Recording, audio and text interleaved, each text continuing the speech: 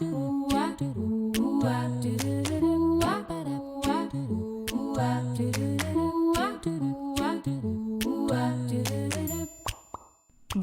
et bienvenue sur le podcast À votre pleine santé, le podcast qui vous aide à prendre soin de votre santé physique mais aussi de votre santé mentale en vous partageant toutes les clés pour vous sentir bien dans votre corps et dans votre tête. Je m'appelle Marina, je suis naturopathe et conseillère en nutrition. Suite à des soucis de santé non résolus par la médecine classique, je me suis intéressée aux médecines traditionnelles et à l'approche globale des troubles de santé comme l'aspect psychologique et émotionnel. Après avoir eu les réponses à mes questions, j'ai souhaité partager avec vous mes connaissances pour aider les personnes qui se sentent perdues face à leur santé ou leur alimentation. Ma mission à travers ce podcast sera de vous aider à faire la paix avec la nourriture via une approche bienveillante de l'alimentation pour vous sentir bien dans votre assiette, mais je vous aiderai également à comprendre les besoins de votre corps pour mieux le chouchouter. Préparez-vous à vous sentir bien dans votre corps et dans votre tête car la pleine santé se trouve entre vos mains. Je vous retrouve aujourd'hui avec une nouvelle interview et j'avais tellement hâte de pouvoir enfin vous proposer cet épisode parce que vous le savez maintenant, ça fait quand même un bon bout de temps que je vous parle de santé mentale, de l'impact des émotions, de l'impact de vos traumas, de l'impact de beaucoup de choses sur votre corps, sur votre santé en général. Et vous aviez bien dû remarquer que jusqu'à présent, je n'ai pas fait d'interview avec une psychologue. Et aujourd'hui, c'est chose faite. Et en plus, vous allez voir que cet échange, il va être vraiment passionnant. J'en apprends moi aussi tous les jours grâce à ces interviews, donc vraiment j'espère que ça va vous plaire et surtout que ça va vous aider, que ça va peut-être vous donner le déclic pour prendre soin de votre santé mentale. Parce que c'est encore mon petit combat que je mène tous les jours pour faire prendre conscience aux personnes que la santé c'est un tout, ce n'est pas juste un corps physique, ce n'est pas juste une nutrition et ce qu'on va mettre dans l'assiette, c'est aussi tout un aspect bien justement plus psychologique, émotionnel, relationnel, environnemental, etc. Donc vraiment j'insiste, il faut se détacher de cette vision beaucoup trop simpliste de la santé et comprendre réellement l'importance de la santé mentale et donc de l'accompagnement psychologique lorsqu'on veut prendre soin de soi et en général, on veut prendre soin de soi aussi. Pourquoi ? Pour être épanoui dans sa vie. Donc voilà, ça va être vraiment l'objectif de l'épisode du jour. Vous allez voir que Selma, donc qui est la psychologue qui intervient sur le podcast aujourd'hui, va nous partager des conseils super. Elle va vraiment vous donner beaucoup de clés, elle va vous expliquer beaucoup de choses et vous allez voir qu'elle va venir débunker certaines idées reçues, certains points qui peuvent vous empêcher justement de passer à l'action. Donc voilà, c'est vraiment un épisode qui est crucial, qui est fondamental et je suis très heureuse de pouvoir enfin vous le partager. Donc je vous laisse dès maintenant avec l'épisode et comme d'habitude, n'hésitez pas à me laisser un commentaire, une note pour soutenir le podcast, pour soutenir mon travail parce que toutes les semaines, je me donne à fond pour pouvoir vous partager un épisode qui vous sera utile, en tout cas je l'espère. Donc vraiment, n'hésitez pas à prendre quelques minutes, quelques secondes de votre temps pour me montrer votre soutien. Et vraiment, je vous remercie du fond du cœur pour toutes les personnes qui le font, ou ne serait-ce qui m'envoient un petit message sur les réseaux ou par mail. Ça me fait toujours super plaisir et ça me motive à continuer, donc encore merci. Allez, c'est bon, je vous laisse avec l'épisode du jour et je vous souhaite une très très belle écoute. Coucou Selma et bienvenue sur le podcast. Donc déjà, est-ce que tu peux te présenter s'il te plaît pour les personnes qui nous écoutent et qui ne te connaissent pas ? D'abord, bonjour Marina et merci de m'avoir proposé d'enregistrer ce podcast. Alors, moi, c'est Selma, je suis psychologue clinicienne. Je propose des consultations en visio et en parallèle, je crée aussi du contenu en ligne pour vulgariser les concepts de psycho et d'une manière générale, déstigmatiser tous les tabous autour de la santé mentale. Super, et c'est d'ailleurs comme ça que je t'ai connue, parce que j'ai beaucoup apprécié ton contenu à travers Instagram, justement. Et donc, petite question, parce que c'est important pour moi de comprendre un petit peu ce qui se cache, entre guillemets, derrière chaque parcours. Et donc, toi, qu'est-ce qui t'a poussé à aller justement en psychologie et quelles ont été après les spécialités, si tu en as choisi, quelles ont été tes spécialités après? Alors, c'est un peu cliché, mais j'étais un peu la copine à qui on racontait tout, la copine qui est à l'écoute, la copine empathique, voilà, les gens se livrent facilement à moi. Mais après ça, malheureusement, je suis pas partie directement en psychologie, j'ai fait de l'architecture. Mais mon amour pour la psychologie était toujours là. Je m'étais pas assez écoutée parce que pour moi, voilà, la psycho, qu'est-ce qu'on en fait plus tard en termes de profession? Mais après, voilà, je me suis écoutée, je me suis réorientée, je suis allée en psycho et globalement, en fait, c'était la curiosité sur les fonctionnements du cerveau, les fonctionnements de l'être humain, pourquoi on est ce qu'on est aujourd'hui, pourquoi certains comportements existent et d'autres non, d'où vient notre personnalité, qu'est-ce qu'un trauma, voilà, toutes ces questions-là me trottaient depuis très longtemps et je me suis dit, ben, la psycho, c'est ce qu'il me faut, ça me correspond totalement. Ensuite, en termes de spécialité, on en choisit à la fac, mais à la fin, on est un peu tous psychologues cliniciens. Enfin, pas tous, mais voilà, il y a psychologue clinique, psychopathologique, psychologie de la santé. Voilà, c'est une branche de la psychologie clinique. Et puis, après le diplôme, c'est là où vraiment on choisit un peu les techniques qui nous parlent, les spécialités qui nous intéressent. Donc, aujourd'hui, moi, je suis un peu générale. Ma psychologie est assez intégrative. Et je m'intéresse aux problèmes un peu du quotidien comme l'anxiété, la dépression, les mal-être dont on ne connaît pas l'origine, par exemple. Voilà, j'aime beaucoup creuser, aller chercher ce qui se passe à l'intérieur.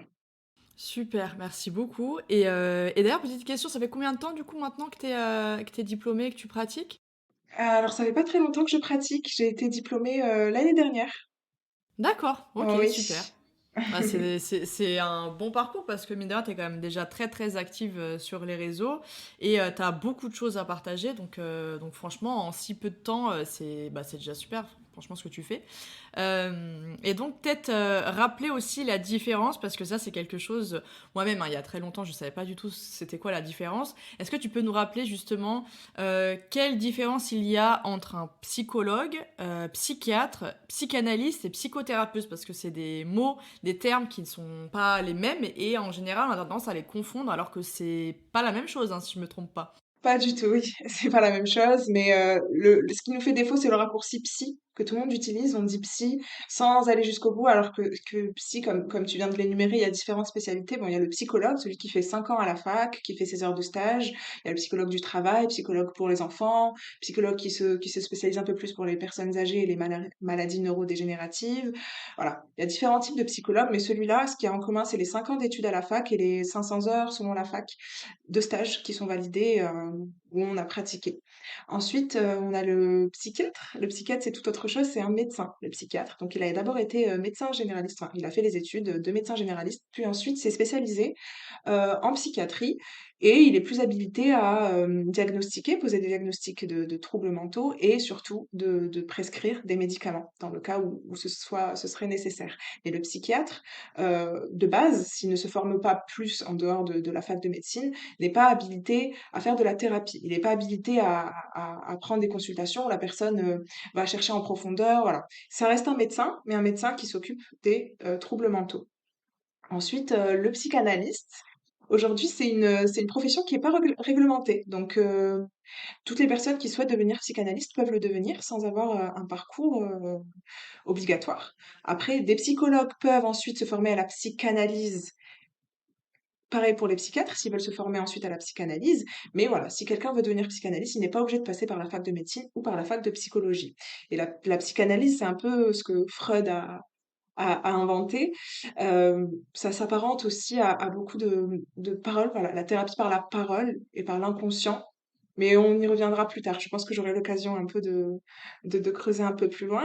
Donc, un psychologue peut faire 5 ans d'études à la fac et vouloir devenir chercheur ou devenir prof ou faire autre chose que de la thérapie. En fait, le psychothérapeute, c'est la personne qui accueillera quelqu'un dans son cabinet en consultation pour parler, pour échanger, pour travailler ensemble sur une problématique. Le psychiatre, lui, peut aussi se former en psychothérapie. Donc, on aura des psychiatres qui non seulement peuvent diagnostiquer et prescrire des médicaments, mais aussi être habilités à faire des suivis, à échanger avec les patients quand ils sont formés en psychothérapie. D'accord. Voilà. Alors, du coup, je vais essayer de reprendre des petits points pour être sûr de moi bien avoir compris et peut-être aussi pour faire un petit résumé pour les personnes qui nous écoutent.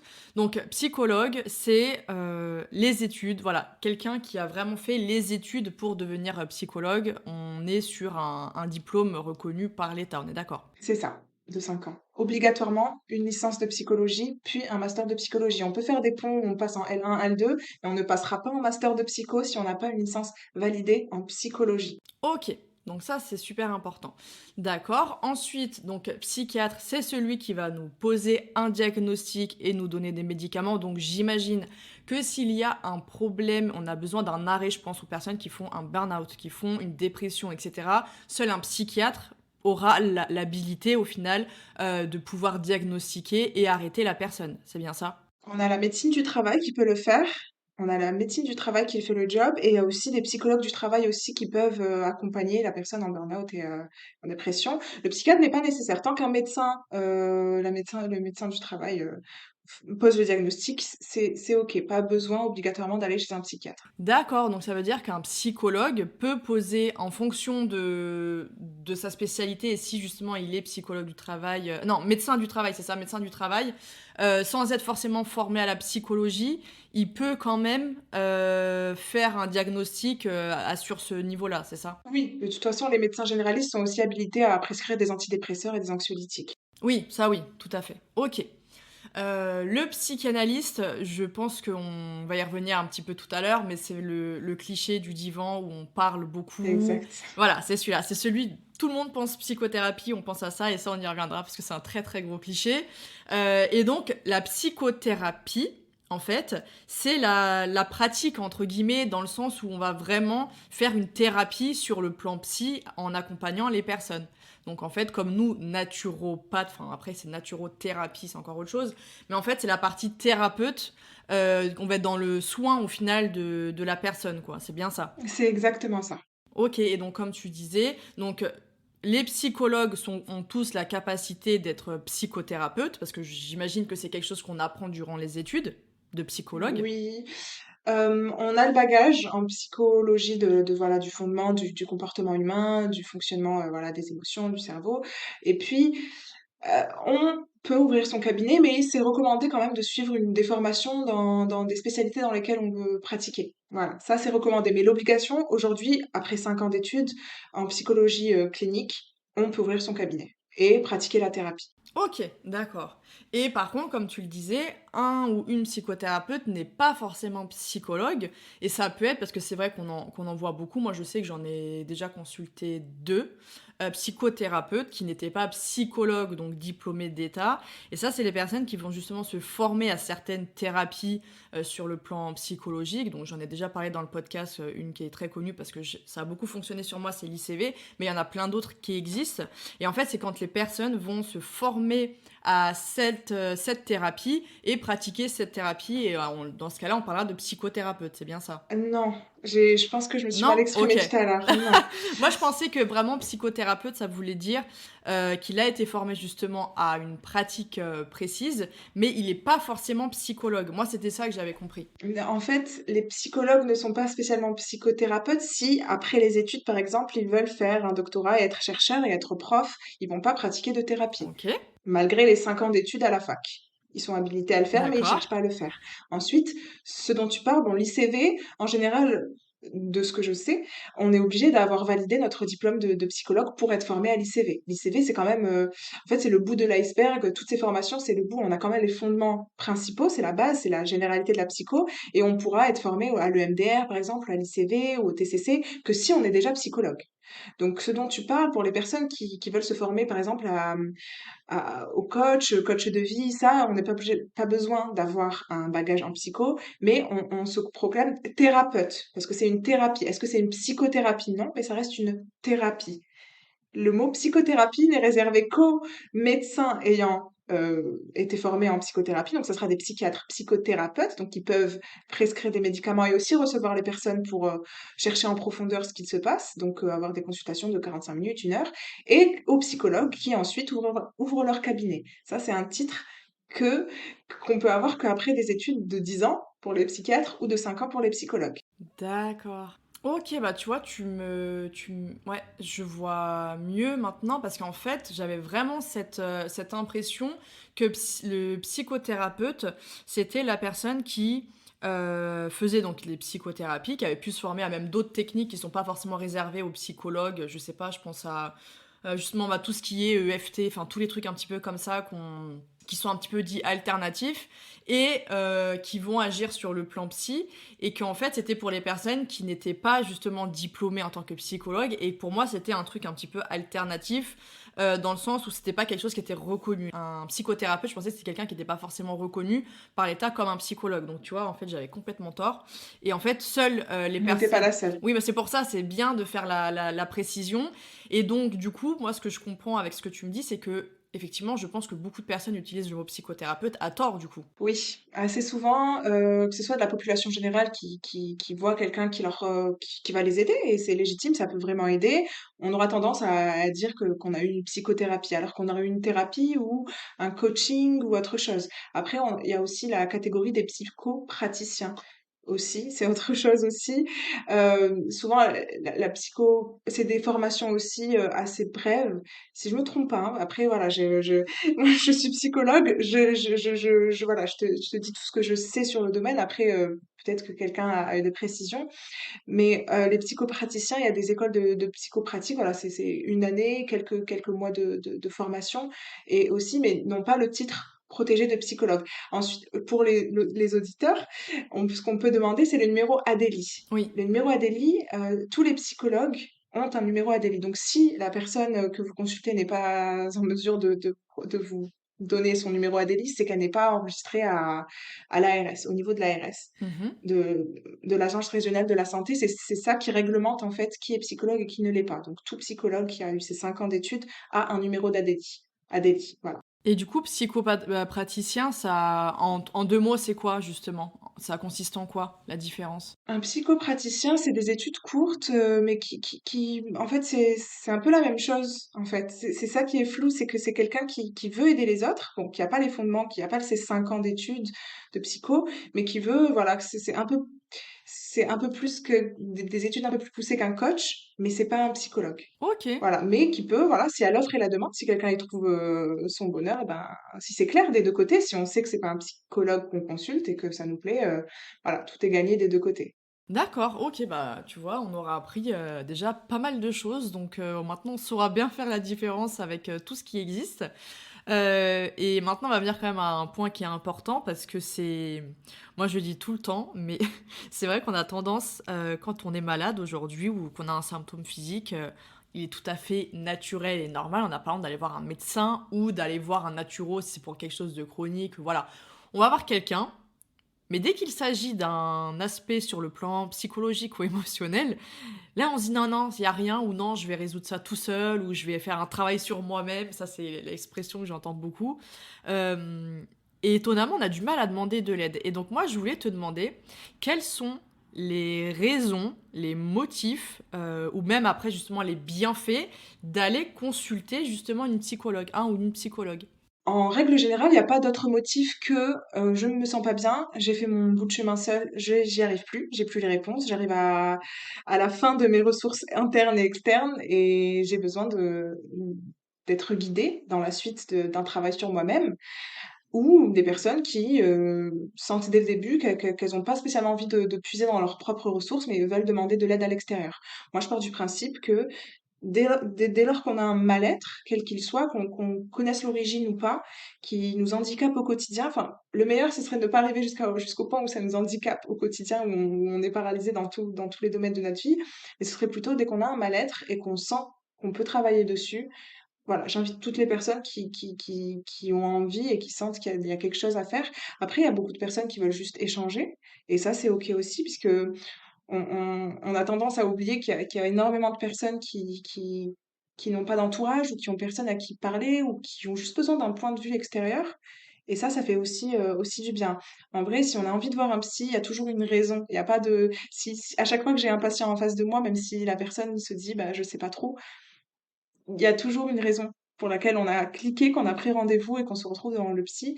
Et il faut se faire confiance et surtout ne pas se dire que voilà, les autres vivent quelque chose de pire et qu'il y a de plus graves raisons d'aller voir un psy et se l'interdire. Alors que voilà, tout est légitime. Tout à fait. Et est-ce que tu pourrais nous donner quelques petits symptômes? Moi, je sais que j'avais fait à l'époque un post comme ça sur Instagram pour dire justement comment savoir en gros si notre santé mentale se porte globalement bien, ou si ça serait peut-être intéressant de venir agir dessus.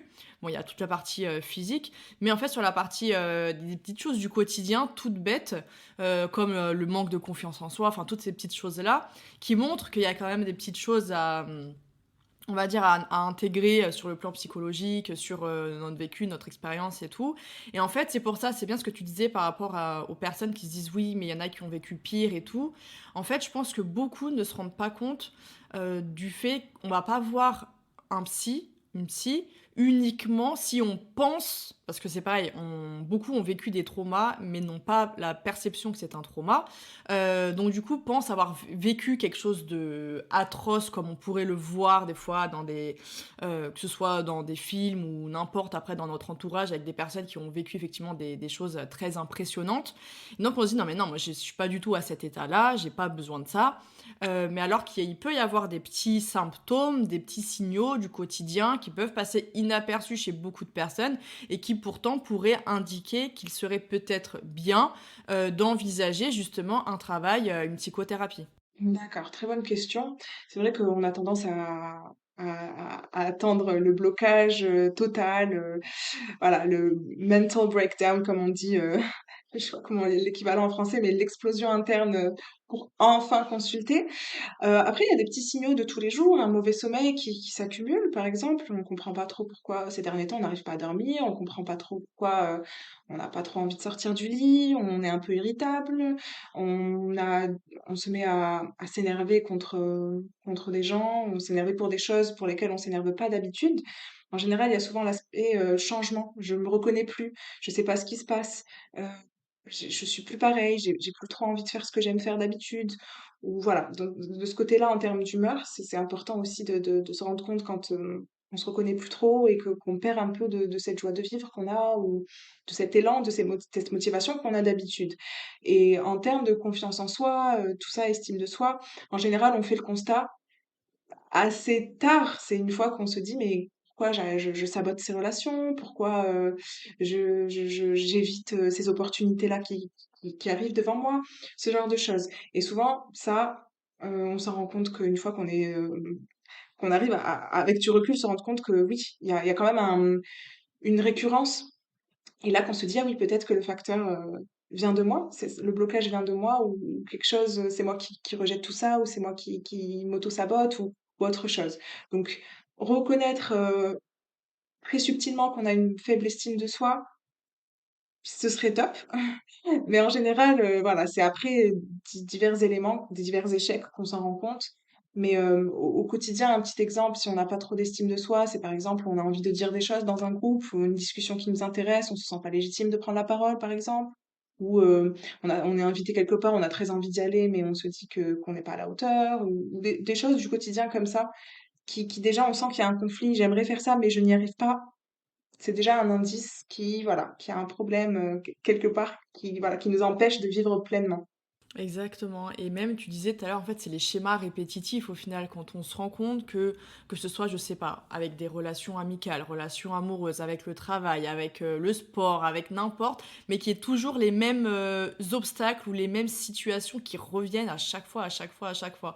Et c'est vrai que ça, il est temps, comme tu dis, effectivement, de se demander si bah, le problème, il vient peut-être pas de notre côté, dans le sens où c'est pas qu'on est coupable, mais dans le sens où on a justement peut-être quelque chose du passé, on y reviendra, mais qui fait que aujourd'hui on réagit de telle manière ou qu'on va s'empêcher telle occasion, on va s'empêcher de tester de nouvelles choses, etc.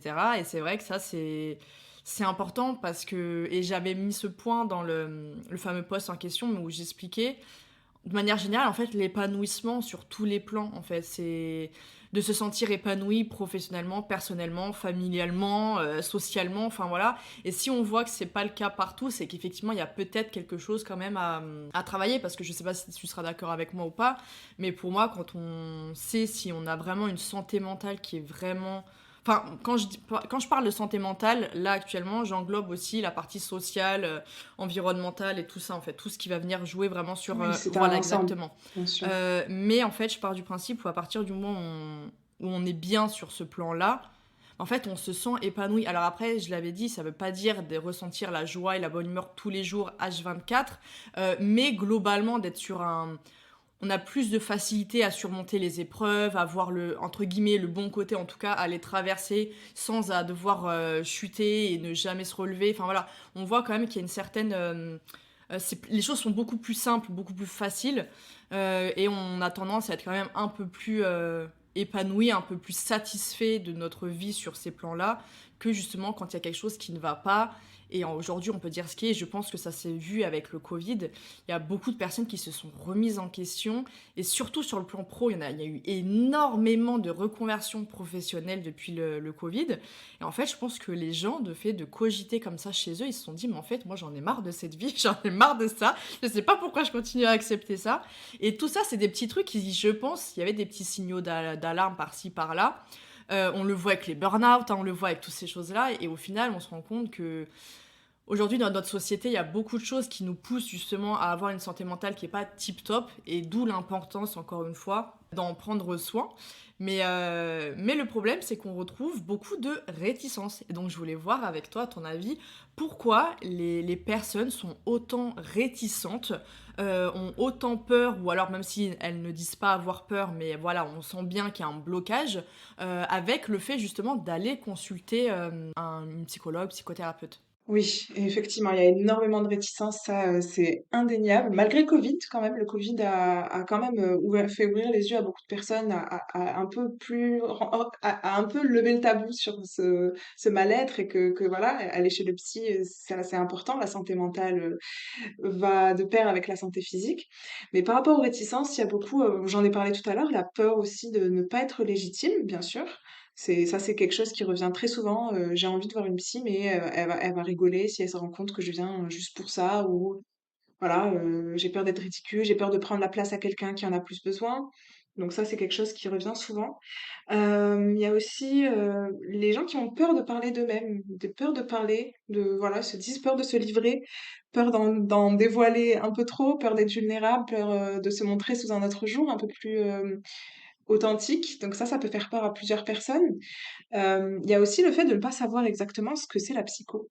C'est, est-ce qu'on va m'analyser? Est-ce qu'on va me diagnostiquer? Est-ce qu'on va juste juste m'écouter et rien me donner? Est-ce que j'en aurai pour mon argent? Est-ce que c'est une arnaque? Est-ce que c'est quelque chose, que pour les riches ou que pour les gens qui ont le luxe d'y aller? Et il y a aussi, des mauvaises expériences dans le passé, comme, élément qui fait que les gens sont réticents. Il y en a qui ont eu une très mauvaise expérience avec un psy et depuis, voilà, ils ont imaginé que tous les psys étaient pareils. Sauf que voilà, il y a autant de psys que de personnes sur Terre et des fois on va chez le médecin, un médecin généraliste, ça matche pas du tout, on ira chez un autre, on n'arrêtera pas d'aller chez le médecin et on trouvera celui qui nous convient. Et puis un autre facteur, bien sûr, qui n'est pas des moindres, c'est le prix. Oui. Et justement, pour parler de ça, parce que je sais que ce soit dans mon entourage ou que ce soit avec des personnes avec qui j'ai pu discuter, même en consultation, parce que moi en consultation, il n'y a pas une seule fois quasiment où j'encourage très vivement, même dans mes programmes, où j'encourage très vivement le travail avec une psy.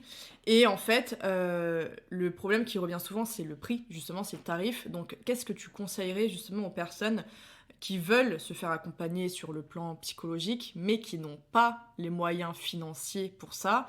Et est-ce qu'il existe des aides? Alors après, on va parler de la France, je ne sais pas si tu es au courant un petit peu de ce qui se passe ailleurs, si voilà, il y en a des Belges ou autres qui nous écoutent, mais en tout cas, voilà, quel conseil tu donnerais à ces personnes? Alors oui, je sais ce qui se passe en France. Malheureusement, je sais pas ce qui se passe en Belgique ou dans les autres pays francophones. Bah, il y a eu le dispositif Mon Psy qui a été pas mal rejeté par les psychologues. C'est le ticket un peu de 8 séances remboursées par l'État. Il faut d'abord passer par le généraliste. Il faut que le généraliste estime qu'il a besoin, mais pas trop. Il faut qu'il y ait besoin moyennement parce qu'on remplit des questionnaires. Si c'est trop, si c'est un niveau d'anxiété ou de dépression jugé trop élevé par le médecin, le dispositif ne sera pas, voilà, adéquat selon l'État. Bon, c'est pour ça que ça a été assez, controversé et Ok. puis, c'est 8 séances donc Voilà, il y a certains psychologues qui proposent des thérapies brèves qui rentrent très bien dans ces 8 séances, mais pour beaucoup, 8 séances, parfois, le patient lui-même ne se livre qu'au bout de la 6e, 7e lorsqu'il se sent à l'aise. Donc le travail, va être commencé sans être terminé ni suivi assez bien pour faire un changement. Et puis, ce qui a été controversé aussi, c'est que les séances ne doivent pas durer plus de 30 minutes. Sauf que 30 minutes, ça passe très, très, très, très vite du Ah point de bah vue, oui. ouais. Et souvent, voilà, de mon expérience, de mes stages, 30 minutes, parfois, c'est le moment où la personne se sent assez à l'aise, à chaque fois.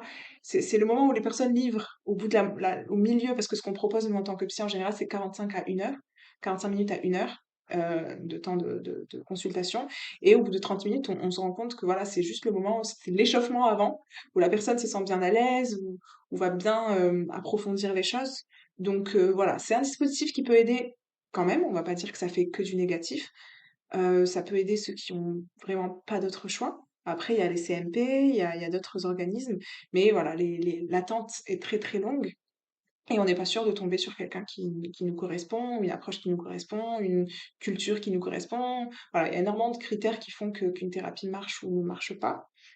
Ensuite, voilà, bon, je le souhaite pas, aux gens, mais si on a une maladie chronique ou si on est soigné par une structure de santé, quelle qu'elle soit, privée ou publique, on a souvent, le droit à des thérapies, au service d'une psychologue, dans les hôpitaux, quelle que soit la maladie. Voilà, si on est soigné, si on a été soigné, parfois par exemple, en oncologie, si on a eu une chimiothérapie ou une radiothérapie au sein de la clinique, on a encore 5 ans à partir du début du traitement jusqu'aux 5 ans après, où on a le droit d'aller chez la psy de cette clinique-là. Même si on est revenu à la maison, même si on n'est pas en hôpital, en hospitalisation complète, ni quoi que ce soit, on a le droit. Mais pour les personnes qui se reconnaissent dans aucun cas, ben malheureusement, il n'y a pas grand-chose. Il y a des psychologues qui permettent, qui font des prix assez accessibles, notamment moi pour les étudiants. Ah oui, et pour les étudiants, il y a la fac aussi. Il y a la fac et il y a le Crous qui propose une écoute et des services. Voilà, faut aussi matcher ou ne pas matcher avec. Voilà, c'est toute la problématique. Et pour les autres, ben, malheureusement, il n'y a pas grand-chose à faire. Il y a certaines mutuelles qui remboursent une partie de la consultation. Et ce sera tout, hein. Voilà. Oui, c'est ça en fait. Et c'est vrai que c'est dommage quand on y pense parce que bah, ça revient à ce que je disais tout à l'heure sur le côté physique et mental.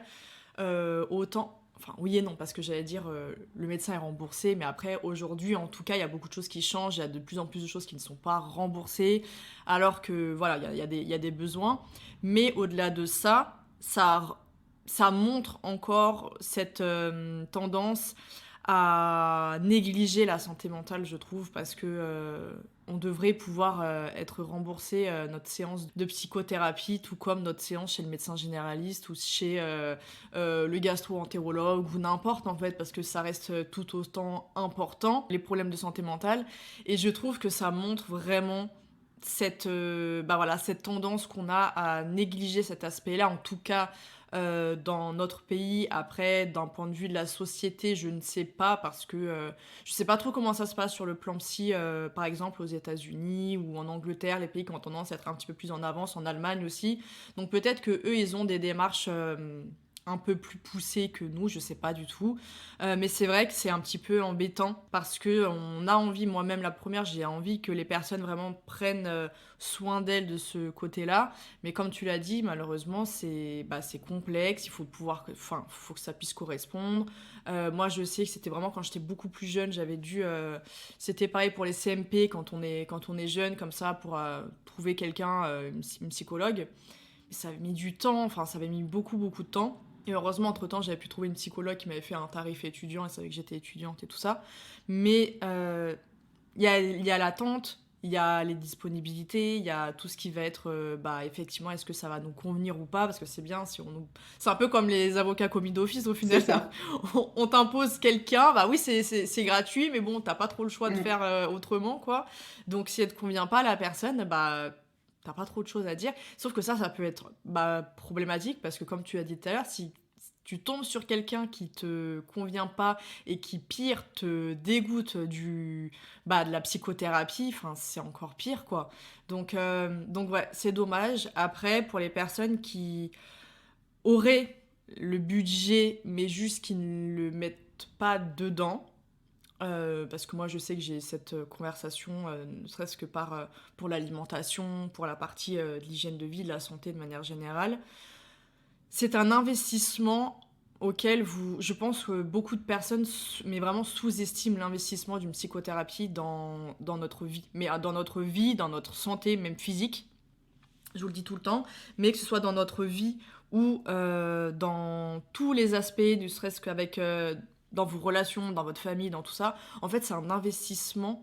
Et il faut vraiment pas avoir ça juste comme une dépense, parce que oui, après, ça dépend des psychologues et tout ça, on a des tarifs différents, tout comme n'importe quel praticien au final. Mais voyez ça comme un investissement. C'est vraiment ce que je veux dire. Et quitte à faire des sacrifices, moi je sais que l'année 2022, je me suis quasiment tournée que sur la partie santé mentale. Mes dépenses, elles allaient que dans ma psychothérapie, dans des séances aussi qui visaient aussi l'aspect somatisation. Mais j'ai mis de côté d'autres choses en fait, parce que voilà, il faut après savoir où est-ce que sont nos priorités. Et donc si votre santé est importante pour vous, vraiment essayez de faire aussi de votre santé mentale une priorité et essayez de voir un petit peu au niveau des budgets, et d'autant plus que comme tu l'as dit, ça je confirme, en tout cas moi je sais que ma mutuelle rembourse je crois 3 séances par an, c'est rien, hein, c'est pas non plus incroyable, mais c'est déjà ça de prix. Et après, de voir peut-être effectivement avec le dispositif dont tu as parlé tout à l'heure. Mais voilà, vraiment, il faut pas que ça ce soit un frein, à moins vraiment qu'on puisse pas, mais même quand on ne peut pas, essayer quand même, comme tu l'as dit, soit de consulter à quelqu'un qui propose des tarifs étudiants ou qui vont faciliter, ou d'essayer voilà, de trouver une petite solution, mais ça serait bien quand même au moins d'essayer de faire la démarche, quoi. Donc voilà, bah merci en tout cas pour ces conseils par rapport à ça, parce que je sais que c'est quelque chose qui revient beaucoup comme question et euh, comme hésitation, ce qui est tout à fait normal. Et maintenant, par rapport à tout ce qui va être justement les clichés, le fameux cliché de la psychothérapie, donc je reviens sur cette histoire de tout à l'heure, mais il y en a beaucoup qui ont ce fameux cliché où on doit parler sur un divan, allongé sur le divan, à la Freud justement, comme tu disais tout à l'heure, mais alors qu'en fait, ça, il y a plein de façons de faire une psychothérapie. Et donc déjà, si peut-être toi, tu as des exemples, ou déjà nous parler de toi, comment tu fonctionnes, tu vois, comment toi, ça va se dérouler une consultation. Et puis si tu as des exemples de collègues, pour vous montrer justement les différentes façons qui existent de pratiquer. Ok. Par rapport au cliché, oui, effectivement, si on tape psychologue, psychologie ou les mots-clés apparentés sur Google, on trouvera, c'est sûr, au moins 4 images sur 5 qui sont de celui du divan et du psychologue qui écoute à moitié et la personne qui, en fait, qui fait voilà, qui parle seule. Après, la psychanalyse, elle a ses vertus, elle a fait ses preuves. Si c'est autant, ça a été autant adopté et pratiqué, c'est que c'est pas pour rien. Aujourd'hui, on a beaucoup qui le font. Mais c'est pas la majorité et c'est pas la seule façon d'avancer qui existe. Là, il y a des personnes qui adhèrent à ce concept, c'est la psychanalyse pour revenir, pour un peu définir ce que c'est. C'est un peu c'est basé sur le concept de l'association libre, c'est comme ça qu'on l'appelle. En psychologie, c'est quoi? C'est le fait de parler seul, que le psychologue, psychanalyste, pardon, laisse la personne parler, parler, parler, parler. Elle fera des liens seule, elle accédera à des pensées et des croyances inconscientes, à des concepts qui étaient ancrés dans l'inconscient. C'est en parlant et en laissant les mots s'associer librement, d'où l'association libre, qu'on fera émerger les souffrances ou les croyances bien fondées dans l'inconscient. Et à ce moment-là, le psychanalyste ne doit pas intervenir pour ne pas couper ce flot d'idées qui se déroule tout seul. Voilà. Beaucoup de gens aujourd'hui, en tout cas de chez mes patientes, la plupart reviennent avec: «Oui, j'ai déjà vu un psy» ou «J'ai déjà vu une psy, mais le problème c'est que je parlais toute seule». Donc ça, voilà, les psychanalystes ont leur clientèle, mais aujourd'hui, c'est pas ce qui est recherché. En tout cas, moi, de mon expérience, j'ai jamais vu quelqu'un qui recherchait quelqu'un qui allait le laisser parler longtemps. Après, voilà, il y a des goûts et des couleurs et c'est comme ça que ça existe. Et puis, moi, de ma façon, ben, vous l'aurez compris, je parle. J'adhère pas spécialement à ce concept, même si, voilà, il y a des fondements à prendre de tout ça, de l'inconscient, de choses ancrées bien profondément qui émergent pendant les séances. Après, moi, je me base beaucoup sur l'échange et le but, en fait, c'est d'accompagner les personnes à découvrir elles-mêmes quels ont les outils. Par exemple, j'aime bien mettre la métaphore de quelqu'un qui sort de l'hôpital et qui a les jambes plâtrées ou qui a perdu l'usage de ses jambes. Le psychologue va pas le pousser, va pas le mettre sur un fauteuil roulant et le pousser à vie, puisque le psychologue n'est pas censé faire ça. Enfin, n'est pas censé assister jusqu'à la fin et au contraire, il permettra au patient de se rendre compte qu'il a la capacité de faire rouler lui-même ce fauteuil roulant et d'avancer seul. Donc, le psychologue ne va pas prendre la main de la personne et la mettre sur la route, par exemple, mais plutôt lui faire réaliser qu'il a les outils, les ressources en lui-même pour les avancer seul. Donc le but, c'est d'accompagner et pas de pousser, ni d'assister, ni de faire à la place d'eux, ni conseiller, ni guider, ni dire, voilà, à ta place, j'aurais fait, ou moi, je pense que tu devrais. Voilà, ça, c'est à bannir. Malheureusement, il y a beaucoup de gens qui recherchent ça chez un psy. Et j'ai tendance à reprendre un peu les patients qui me disent, moi, j'ai besoin de conseils, de me dire ce que je dois décider ou ce que je dois faire plus tard ou vers quelle direction je dois me diriger. Le psy n'est pas là pour ça, non seulement c'est parce que voilà, on peut pas avoir un impact aussi gros sur la vie de la personne. Donc, elle nous en voudra sur le coup, elle a envie qu'on lui dise ce qu'il faut faire, mais avec du recul, c'est sa décision, c'est sa vie.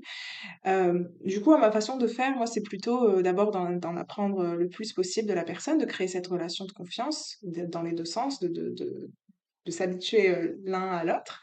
Et puis ensuite, parler de ce qui va pas, ce qui a poussé la personne à consulter aujourd'hui, les raisons pour lesquelles voilà, elle se sent mal aujourd'hui et quand est-ce que ça s'est déclenché, pourquoi elle cherche de l'aide aujourd'hui et pas hier, pas il y a un mois et pas dans 2 mois.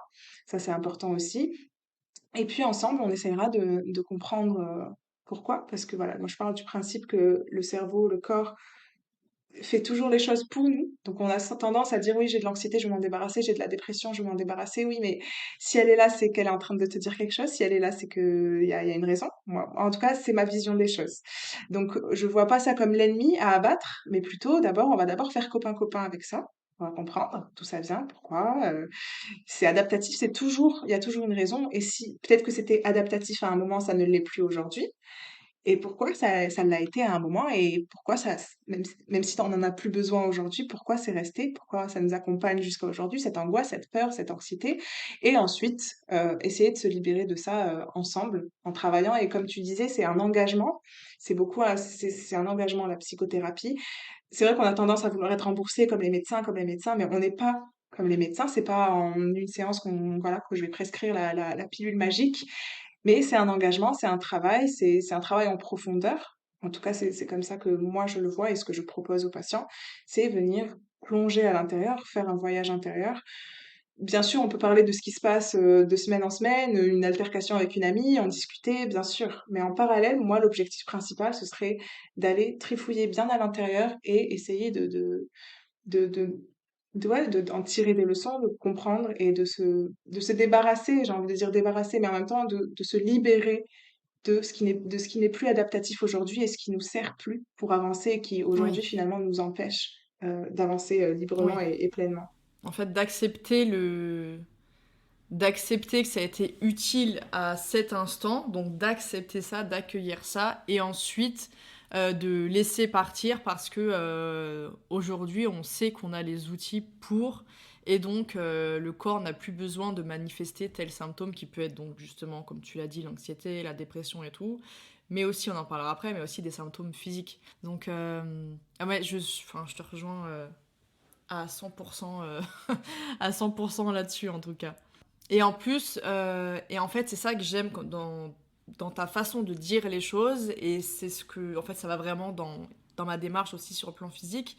Mais en fait, c'est ça, c'est le côté d'accepter, en fait, d'être dans une démarche de résilience et non dans une démarche de lutte ou de combat, quand notre corps, que ce soit sous forme psychique ou sous forme physique, nous manifeste des symptômes qui nous montrent que ça ne va pas. Sauf que les symptômes qu'il met en place sont là pour nous, qu'on le veuille ou non, c'est dur, machin, et ça je comprends tout à fait quand on est dans le truc, mais en fait, il faut aussi comprendre que le corps, quelle que soit sa manière, il le fait toujours pour nous, il a ses raisons de le faire, et en fait, effectivement, je pense que la clé de la guérison, c'est, comme tu l'as dit, avant même de comprendre, je pense, c'est même déjà d'accepter que le corps ait réagi de telle manière parce qu'il en avait besoin et que c'est comme ça, on accepte. Ensuite, effectivement, de comprendre le pourquoi du comment. Et comme tu as dit, après, une fois qu'on a les outils, permettre au corps, au mental, au cerveau, de pouvoir faire sans ce mécanisme d'adaptation lorsqu'il va y avoir justement soit les mêmes schémas qui vont se reproduire ou alors d'autres événements, n'importe. Et c'est ça qui fait la différence, je trouve, entre être dans un combat contre la dépression, contre l'anxiété, parce que ça c'est pareil, en ce moment on en parle de plus en plus d'anxiété et la dépression, de par ce qui s'est passé avec la pandémie, mais de manière générale souvent c'est des marches de lutte, mais comme dans les problèmes de santé physique. Et moi, c'est vrai que j'aime pas du tout cette idée-là. J'ai été dans cette idée-là, j'ai été comme ça avec mon corps auparavant, jusqu'à ce que je fasse cette fameuse lettre du corps. Donc j'ai encore une auditrice qui m'a témoigné que ça lui avait encore beaucoup, beaucoup touché. Mais c'est ça, quand on comprend que le corps, il fait toujours tout pour nous, déjà, ça permet d'avoir plus de bienveillance envers soi et envers le corps et d'aller dans son sens, en fait, de lui. Il nous veut pas du mal, il veut juste qu'on comprenne les choses. Une fois qu'on a compris, il a pas de raison de nous enquiquiner avec ses symptômes, au contraire. Donc c'est super. Et comme tu le dis, c'est le rôle du psy, c'est de donner, même pas de donner les outils, parce qu'ils sont là, les outils, mais de rappeler à la personne qui sont là, qu'elle en ait conscience et qu'elle sache comment les utiliser, en fait. C'est ça, si j'ai bien compris. Ah oui, c'est tout à fait ça et je te rejoins beaucoup encore, pour le point de vue de combat, de lutte. On a tendance à lire ça un peu partout. Il y a une thérapie que j'aime énormément, c'est la thérapie d'acceptation et d'engagement et il y a le mot acceptation dedans. C'est apparenté au TCC que beaucoup de gens aiment beaucoup. On en entend beaucoup parler, mais c'est la quatrième vague des TCC qui mélange un peu pleine conscience, acceptation et bien sûr, voilà, sans nier les bienfaits de la TCC, c'est l'acceptation, c'est le principe de se rendre compte de toute l'énergie qu'on met dans la lutte finalement, alors qu'on peut utiliser cette énergie pour s'engager vers nos valeurs, pour aller vers les choses qui ont du sens pour nous. Ça, on le retrouve beaucoup comme thérapie dans les maladies chroniques, par exemple. Les personnes sont comme avec la bouée qu'ils essayent de faire couler, alors que la bouée ne coulera jamais. C'est tout l'enjeu des maladies chroniques, voilà. Une fois que la personne, bien sûr, est au courant de sa maladie, a fait le travail, voilà, tant qu'elle est prête à faire le travail d'acceptation, on travaille sur ça, sur l'énergie, au lieu de la perdre à lutter, à combattre contre ses douleurs ou, par exemple, sa dépression ou autre chose, son anxiété. Ce serait plutôt de laisser cette énergie-là pour créer une vie qui a plus de sens pour la personne. Et ça a énormément de très bons résultats. Et c'est magique à voir le cheminement de la personne qui passait sa vie à se battre contre quelque chose qui n'allait pas changer de sitôt, surtout dans les maladies chroniques, et finalement en faire quelque chose de plus beau, de rendre un peu de sens à sa vie, malgré les difficultés et les obstacles que la vie nous donnera toujours, n'arrêtera jamais de nous lancer sur notre chemin. Tout à fait.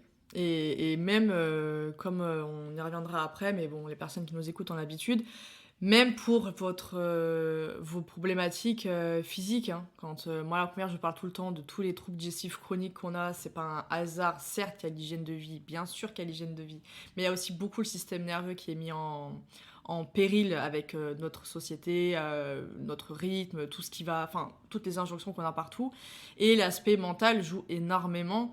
Et en fait, le simple fait d'être dans l'acceptation du corps et de se dire non, il n'est pas en train de déconner comme on peut entendre tout le temps, ou d'être déréglé ou quoi que ce soit. Non, il est juste en train de s'adapter parce qu'il n'a pas le choix et que sa fonction principale numéro 1, sa priorité, c'est le maintien de votre vie.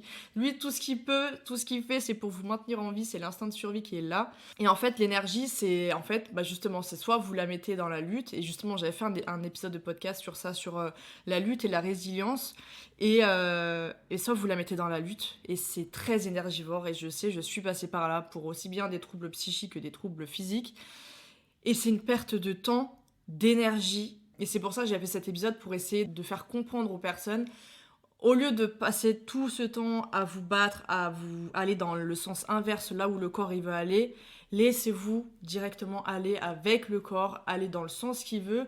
Vous allez l'aider, mettez cette énergie justement pour l'aider, pour l'accompagner et pour comprendre ce qu'il essaye de vous dire. Et en fait, ça n'a rien à voir, les résultats n'ont rien à voir, aussi bien sur le plan mental que sur le plan physique.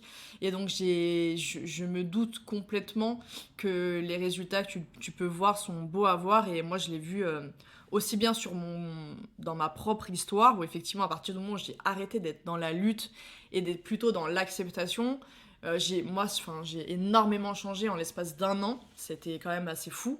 Euh, alors que j'ai passé des années à être dans la lutte, à perdre beaucoup d'énergie, à être dans le combat, mais pourquoi, voilà, toujours le pourquoi.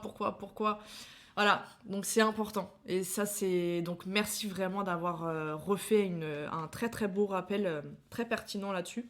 Et maintenant, j'avais envie de parler des personnes parce qu'il y en a aussi beaucoup, qui n'arrivent pas à s'exprimer. Qui n'ont pas eu l'habitude de s'exprimer pour plusieurs raisons, qui ne se sentent pas à l'aise, voilà.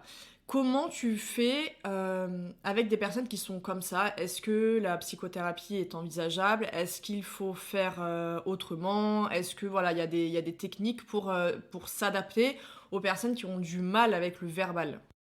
Alors, bonne question. Est-ce qu'il y a des thérapies qui s'adaptent aux personnes qui sont pas à l'aise avec le verbal? Alors, il y a des thérapies psychocorporelles. Je veux revenir sur le fait que la thérapie, quand même, se fait par la parole. C'est quand même, c'est le canal de communication le plus privilégié, bien sûr. On a tendance à, si on va chez le psy en général, c'est qu'on est prêt à partager ce qu'on cherche à raconter. C'est que voilà, après, il y a des degrés d'introspection, il y a des degrés d'aisance dans la communication. Bien sûr, tout le monde ne va pas profondément dans soi, tout le monde ne sait pas communiquer parfaitement sur ses émotions, sur ses ressentis, sur son vécu. Mais en général, voilà, la voie royale, ce sera par la parole. Moi, en tout cas, c'est ce que je fais aujourd'hui, surtout que je suis en visio, donc les autres méthodes, ce serait un peu compliqué. De toute façon, voilà, je suis pas expert dans les autres méthodes. Après, ensuite, il y a des méthodes psychocorporelles. Ce que je faisais beaucoup en clinique pour les malades chroniques, c'est tout ce qui va être la relaxation. Euh, il y a aussi dans la thérapie dont je parlais tout à l'heure, c'est l'acceptation. Il y a beaucoup un grand volet de psychocorporel sur la diffusion cognitive. Je vais expliquer ce que c'est. C'est le fait de prendre du recul sur ses pensées. En général, on croit nos pensées, on les prend pour argent comptant, voilà, on fait pas la différence. Il y en a qui se rendent même pas compte qu'il y a une voix intérieure qui parle. Enfin, les pensées, on a la tête dedans, donc on fait fusion avec. Le but, ce serait de faire une diffusion avec ses pensées, donc prendre du recul. Donc il y a des exercices aussi voilà, qui ne nécessitent pas la parole du patient, mais celle du psy pour le guider. Ensuite, il y a aussi des méthodes comme le MDR. Je pense que les gens en ont entendu parler aussi. C'est la thérapie par le mouvement des yeux, mais c'est plus spécifique à des traumatismes. Donc il y a beaucoup de personnes qui ont vécu des traumatismes dont ils ne veulent pas parler. Bon, mais c'est même pour ceux qui veulent parler, hein. En général, c'est une méthode qui est reconnue pour les traumatismes, que les personnes veuillent parler ou non, mais c'est beaucoup moins dans la parole, mais c'est plutôt dans les mouvements des yeux et se remettre dans le moment où il y a eu un traumatisme. Voilà, se remettre mentalement. C'est très mental et c'est beaucoup moins axé sur la parole. Mais bien sûr, ceux qui souhaitent parler, ils peuvent parler. Ils peuvent bien décrire ce qu'ils ressentent, ce qu'ils revoient. Mais voilà, à ce que je sache, en général, voilà. Après, il y a l'art-thérapie, il y a la musicothérapie, tout ça. Mais je ne suis pas formée à ça, donc je sais pas trop quoi te dire dessus, mais voilà, c'est pour les personnes, par exemple, qui ont cette fibre artistique et qui sont plus à l'aise à voilà, Il y a avec projeter. les animaux aussi. Il y a les animaux, effectivement, il y a les animaux. Après, c'est très très très peu répandu. Mais je pense que oui, il y en a pour tout le monde en tout cas. Ce sera compliqué à trouver, mais quelqu'un qui y tient, qui veut faire une thérapie, qui veut avancer, qui veut apaiser ses souffrances et qui veut comprendre ce qui se passe, il y a toujours une solution. Mais c'est vrai, voilà, qu'il est vrai que c'est plus facile quand on est apte à parler, à évacuer, à communiquer et Oui. à... Voilà. Bah en fait, c'est vrai que je pense que le fait de parler, en tout cas moi c'est comme ça que je le perçois durant mes séances, c'est que le fait de parler, ça permet justement, un petit peu comme ce que tu disais tout à l'heure avec la psychanalyse, c'est des fois quand tu parles, tu prends conscience de certaines choses en parlant et en disant les choses. Et en fait, tout de suite, c'est là que ça fait le lien et ton cerveau, ça fait cette connexion, en fait. Et tu te dis tout seul, ah oui, mais en fait, ou tu t'entends parler, ou tu t'entends si, et tu remarques des choses qui sont un peu plus difficiles à remarquer, justement, sans l'expression. Et, euh, et justement, pour, on va dire, commencer un petit peu le prochain sujet, mais c'est pour ça que j'ai tendance à dire que c'est bien d'agir déjà sur les deux, c'est le psyché et sur le soma, parce que mine de rien, bah, en fait, l'un agit sur l'autre, ça va ensemble, on n'est pas dissociés, enfin, c'est vraiment, tout est mélangé.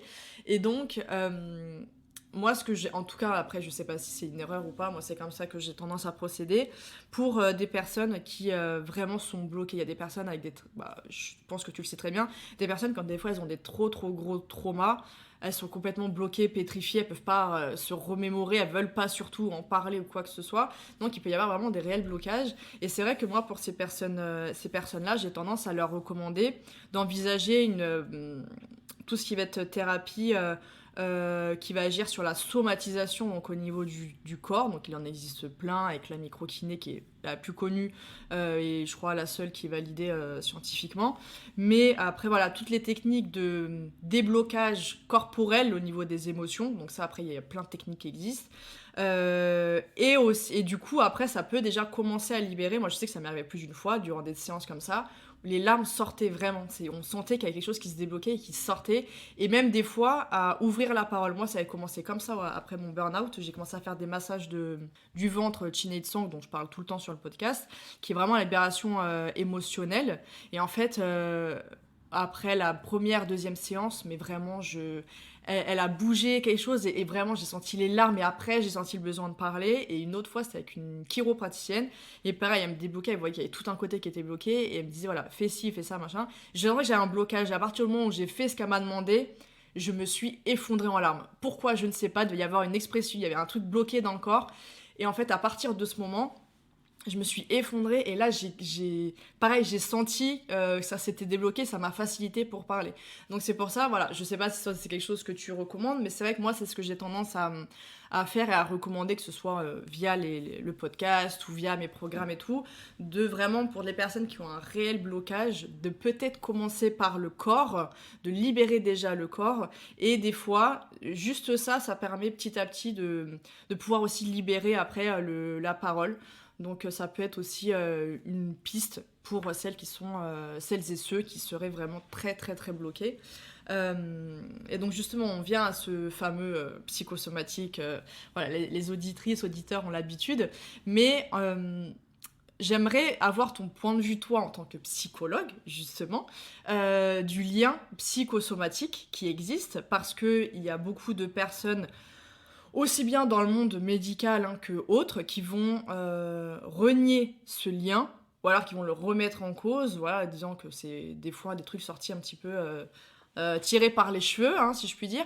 Donc, est-ce que tu peux nous donner ton avis sur ce lien psychosomatique et puis nous partager, je sais pas, justement, tu as eu des expériences en clinique, etc., avec des personnes, voilà, ce qui peut nous représenter un petit peu tout ça.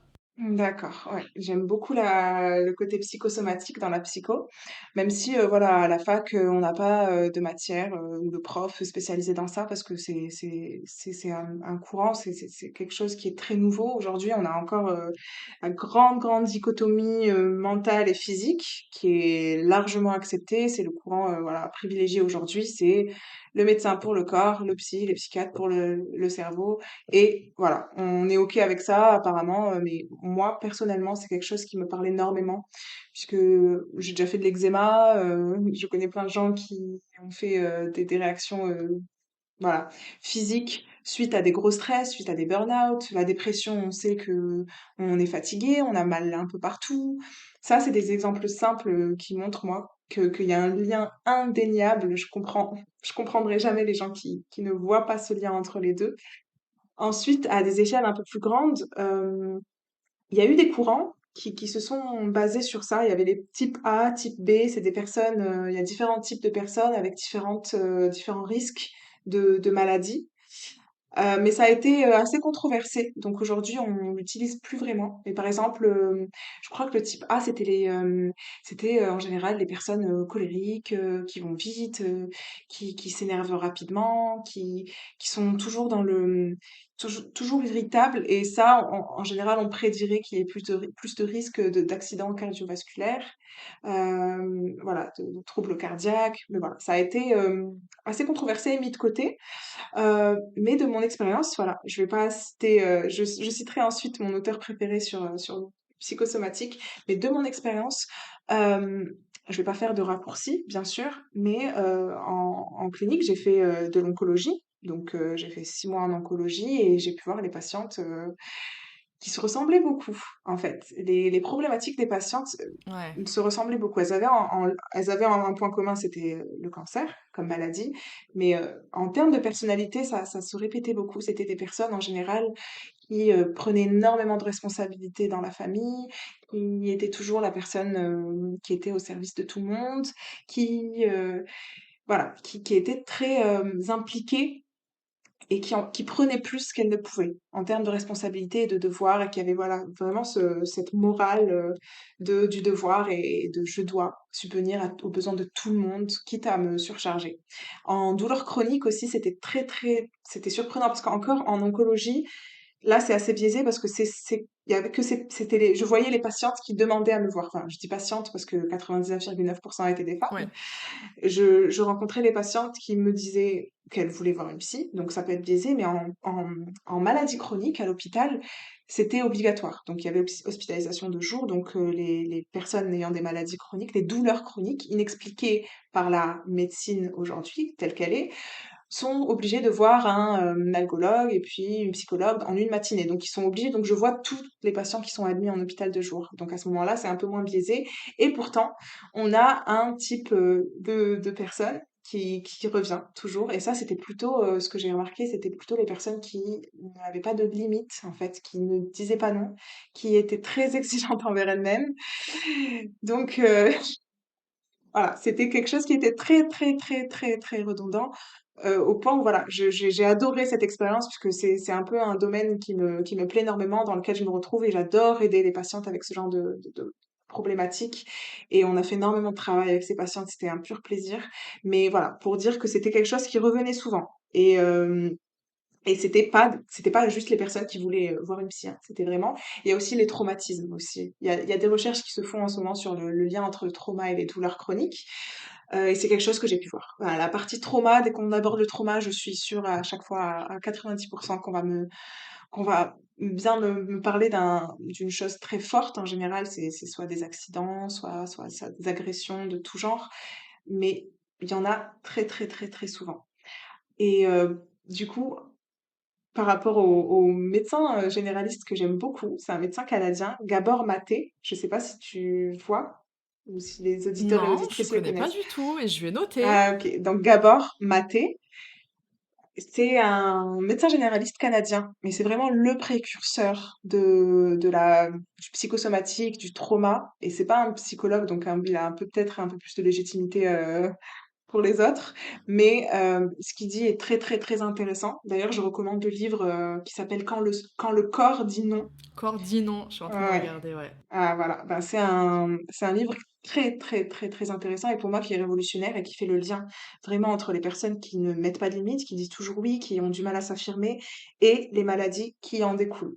Après, comme je dis et je le répéterai souvent, malheureusement, c'est qu'on n'a pas de lien direct. On peut pas dire A plus B comme on peut dire par exemple ce virus engendre telle conséquence. Aujourd'hui, on n'a pas le lien direct, mais c'est une observation globale et je doute pas du tout du fait qu'un jour on aura enfin ce concept, ce fait, on pourra le vérifier. Oui. Pour l'instant, c'est pas le cas.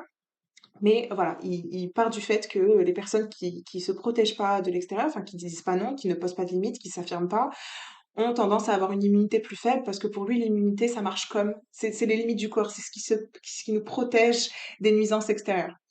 Donc l'immunité, si nous-mêmes on n'arrive pas à dire non, ça marche pareil. Donc l'immunité suit un peu ce qu'on fait à l'extérieur. Si on ne dit pas non, si on se protège pas, ben, le corps suivra. Enfin, il donne plein d'exemples, mais c'est très très recherché, très très scientifique pour les personnes qui ont besoin de chiffres pour y croire un peu plus. Mais voilà, c'est un livre vraiment qui est très, très, très, très, très intéressant et ça confirme un peu mes observations. Super, bah, tu vois, je le connaissais pas du tout, donc je vais m'empresser, moi je raffole, hein, de ce genre de choses, donc je vais m'empresser d'aller acheter son livre et non, moi celui que j'aime beaucoup, mais du coup il est pas du tout médecin, donc je pense que c'est ce qui manque justement aux personnes, comme tu as dit, qui ont besoin du côté assez terre à terre, scientifique, parce que bon, il y a toujours ce Mmh. besoin-là, derrière. C'est celui de Jacques Martel qui est un je pense le plus connu sur, le dictionnaire des malaises et des maladies.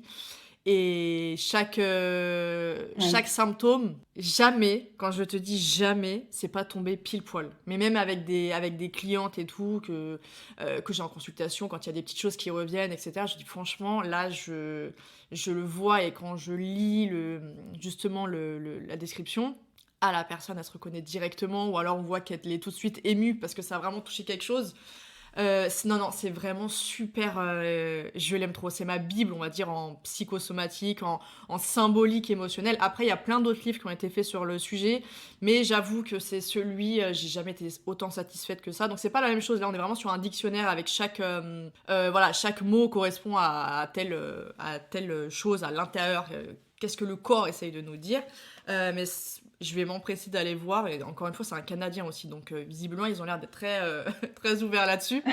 Mais et ouais, c'est super intéressant. Et en plus, bon, au-delà du fait que je me suis reconnue dans beaucoup, beaucoup de choses et voilà, j'en ai parlé, j'ai fait un épisode où je parle de mon burn-out, j'ai fait un épisode où je parle de mes problèmes digestifs, et c'est clairement ça, hein, le manque de limites, de l'estime de soi, de pas avoir de barrière, de tout prendre, de tout accepter, allez, c'est parti, let's go, qui veut, je donne, je donne. Mais non, mais au bout d'un moment, c'est plus possible. Et C'est ça. en fait, le corps, enfin, moi, ça a été hyper clair. Ça a commencé avec des petites choses, et puis ça s'est empiré, puis ça s'est empiré, ça s'est empiré. Ok, au bout de 10 ans, tu comprends pas, allez hop, burn-out terminé, il y a plus personne, au revoir. Voilà, c'est ça. Ah ouais, non mais c'est ça. Et même justement, quand il y a un trauma, pour moi, ça me semble logique que ça va agir sur le physique. Et c'est un exemple qu'avait donné une invitée qui nous parlait de la peau, justement, le lien la peau et le psychosomatique pour les problèmes de peau. Elle disait, mais un truc tout bête, mais quand on nous fait un compliment et qu'on rougit, il y a, c'est mental, mais on a les expressions au niveau quand même, bah là du coup de la peau, ou quand on sent qu'il y a un petit stress, on va avoir mal au ventre, on va avoir si, on le voit au quotidien qu'il y a un lien entre les deux. Au quotidien. Totalement. J'avais fait un post aussi sur le fait que beaucoup de gens ont remis le lien entre le corps et l'esprit, mais on pense à son plat préféré, on Oui, salive c'est ça. automatiquement. Pourtant, il était dans notre tête. Exactement. Oui. Donc, en fait, il y a beaucoup de choses comme ça qui montrent l'importance de vraiment d'accepter déjà cette connexion corps et esprit, et aussi d'avoir cette bienveillance en fait envers le corps parce qu'il communique à travers nous. Il communique en fait clairement avec ses Totalement. symptômes. Donc voilà, franchement, bah merci de nous avoir partagé ça. Et je pense qu'il y a beaucoup de personnes qui vont aller acheter le livre. Moi, la première, je vais aller vite le commander une fois qu'on aura terminé. Mais ouais, franchement, merci à toi parce que j'avais pas encore eu de psychologue sur le podcast et c'est bien d'avoir ce côté-là. Donc franchement, c'est super. Ah, merci pour l'invitation alors. Super. Bah attends, c'était normal. Comme je t'ai dit, j'aime beaucoup ce que tu fais, ton approche. J'aimais, en voyant ce que tu faisais sur les réseaux, la manière dont tu étais pédagogue et tout, et ça allait dans le sens de ce que je voulais partager. Tu vois, je me suis pas trompée parce qu'on a vraiment la même vision des choses. Et donc voilà, c'était tout à fait normal pour moi. Et maintenant, donc on a parlé un petit peu de tout ce qui est psychosomatique. Il y a quelque chose dont je parle beaucoup, enfin beaucoup, non, ça fait depuis que je fais ma psychothérapie justement. Je parle de plus en plus de l'enfant intérieur. Et ça, c'est quelque chose dont on en entend beaucoup en psychologie, si je me trompe pas. Oui. Voilà, du coup, est-ce que tu peux nous en dire un peu plus sur cette histoire d'enfant intérieur et nous expliquer quelle va être son importance dans notre vie adulte, en fait, et justement pour qu'on ait une bonne santé mentale et un bon épanouissement, en fait. D'accord, oui, le fameux enfant intérieur dont tout le monde parle aujourd'hui. Après, voilà, je vais partager ma vision des choses. Il y a différents courants, il y a différents enfants intérieurs, il y a différentes façons d'entrer en contact avec. Moi, je vais parler de la façon dont je le vois, qui est très inspirée, que ce soit de la neuro et de tout type de psycho. En fait, ce qu'il faut savoir, c'est quand on vient de naître, notre cerveau s'empresse à comprendre le monde, à voir comment réagir à ce qui se passe. Voilà. Imagine que demain, en fait, on nous enlève toute compréhension du monde et on doit tout recommencer à zéro. On ne sait pas du tout que crier sur quelqu'un ou l'insulter, c'est impoli. Voilà, il y a toutes ces connexions qui s'établissent en étant très jeune. Donc, il faut comprendre comment rester en vie. Donc, c'est très puissant. Et comment se faire aimer de nos parents, puisque nos parents, c'est eux qui choisissent si on reste en vie ou pas quand on est jeune. Donc, si nos parents ne veulent plus de nous, ben, on va mourir, clairement. Jusqu'à un certain âge, l'approbation des parents, l'approbation de la société, euh, vraiment est liée à notre survie. Donc, ce qui va se passer pour l'enfant, très tôt, dès les premiers cris, ce sera de faire des liens. Et ces liens-là, ils sont très, très, très, très forts. Beaucoup plus forts que les liens qu'on peut faire aujourd'hui, malheureusement. Et heureusement d'un côté aussi. Et ce qui se passe souvent, dès qu'on va travailler l'enfant intérieur, c'est quand il y a eu des schémas, on appelle ça des schémas en psychologie, c'est quand il y a eu des liens qui se sont créés et qui se sont très, très ancrés profondément. Par exemple, si un enfant dit comprend très vite dès qu'il est petit que il ne peut pas, par exemple, exprimer ses émotions, puisque c'est très mal reçu, puisque ça met en souffrance sa maman, puisque on se moque de lui, par exemple. Donc il va intégrer très tôt et pas de manière consciente en fait, parce qu'il va pas se dire bon je me pose, ok je vais écrire sur mon carnet avoir des émotions c'est mal. Non, il va pas l'écrire. Donc il va juste l'intégrer et à travers ses connaissances petit à petit, par essai et erreur, il se rendra compte qu'effectivement, maintenant que j'exprime plus mes émotions et je suis l'enfant parfait et je fais exactement ce que ma maman me dit, je vois qu'elle est plus gentille, qu'elle a plus envie de discuter avec moi. Donc ça aussi, il va intégrer le lien entre si je suis gentil, je suis parfait, je renie tous mes besoins et je fais exactement ce qu'on me dit, je vais être aimé. Et ces croyances, le problème, c'est qu'elles vont s'enrichir dans le sens de ce qu'on a fondé. Le cerveau n'aime pas être contredit. Donc, ce qu'il va faire, c'est dès qu'il a une croyance très forte qui est ancrée, il va retenir beaucoup plus les éléments qui la confirment. Donc, par exemple, dès qu'il va aller à la maternelle, il va se rendre compte que s'il fait tout ce que son copain lui dit, ah, son copain, il est content. Donc, il rajoute cette information dans sa base de données qui s'enrichit petit à petit, petit à petit, petit à petit, malheureusement. Ce qui était adaptatif à l'époque, parce que notre survie dépendait de nos parents, ne l'est plus à un certain moment. Mais pourtant, on continue à agir en étant l'employée parfaite qui dit oui à son boss pour tout et qui se retrouve surchargée, l'amie qui rend service à tout le monde parce que si je dis non, elle sait pas, elle, pourquoi elle dit non, mais en fait, c'est très, très, très ancré profondément. Donc, ce qui va se passer à ce moment-là, c'est de mettre à jour ces croyances-là de l'enfant intérieur et se rendre compte qu'elles sont plus valables aujourd'hui. Donc, c'est aller chercher cet enfant intérieur, que ce soit par visualisation. Pour certaines fois, moi, je propose aux patients de fermer les yeux et vraiment se visualiser à un moment de sa vie où ça avait du sens.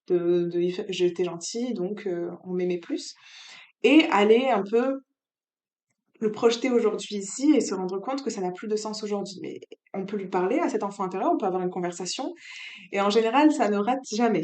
C'est quelque chose qui ne rate jamais. Dès qu'on parle de l'enfant intérieur, dès qu'on demande à la personne de se rappeler de ce que l'enfant ressentait, j'ai à 99,9% des larmes. Le plus souvent possible. L'enfant intérieur, c'est quelque chose qui attendrit, vraiment qui touche la plupart des gens. Et moi, la première, enfin, je sais que c'est quelque chose qui touche énormément. Et pour moi, c'est un outil de travail très, très, très important.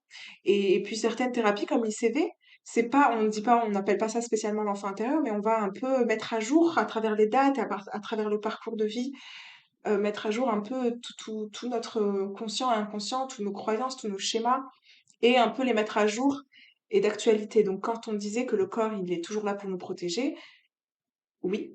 Donc être gentil, c'était pour nous protéger, c'est pour des raisons de survie à une époque, mais aujourd'hui, ça ne l'est plus. Donc ce qui était adaptatif au début ne l'est plus aujourd'hui. Donc avec cet enfant intérieur, on va essayer vraiment de le rassurer, de lui dire oh, tu peux lâcher, enfin, tu es en sécurité aujourd'hui, ta survie ne dépend pas de cette gentillesse, ta survie ne dépend pas de X, Y raison. Et enfin, s'aligner avec la sécurité intérieure qui existe aujourd'hui et ses croyances. Et voilà, normalement, tout doit revenir en place avec un travail. Voilà, ce sera pas en une seule séance ou en une baguette magique. Mais le but, voilà, avec cet enfant intérieur, c'est un peu de le rassurer, de le ramener aujourd'hui à cette sécurité qu'on s'est créée, à cette compassion et tout ça. Voilà. Ouais, franchement, bon, ça me parle beaucoup, je pense que ça parlera à beaucoup de personnes. En fait, moi, ça m'a fait le lien aussi avec une expérience que j'ai pu avoir avec une psychothérapeute. J'ai pas fait beaucoup de séances avec elle parce que j'ai pas bien accroché. Et justement, là, avec la psychologue que je vois aujourd'hui, alors que ça fait 1 an, elle m'a dit on attend avant de faire ce travail sur l'enfant intérieur parce qu'il faut, comme tu viens de le dire, que déjà la sécurité, la présente, il faut déjà que ce Mm. soit stable. Parce que ça peut être Mm. très compliqué, des fois, Oui. d'aller là-dedans. Et justement, c'est là qu'il faut faire attention, je pense, à qui on va voir.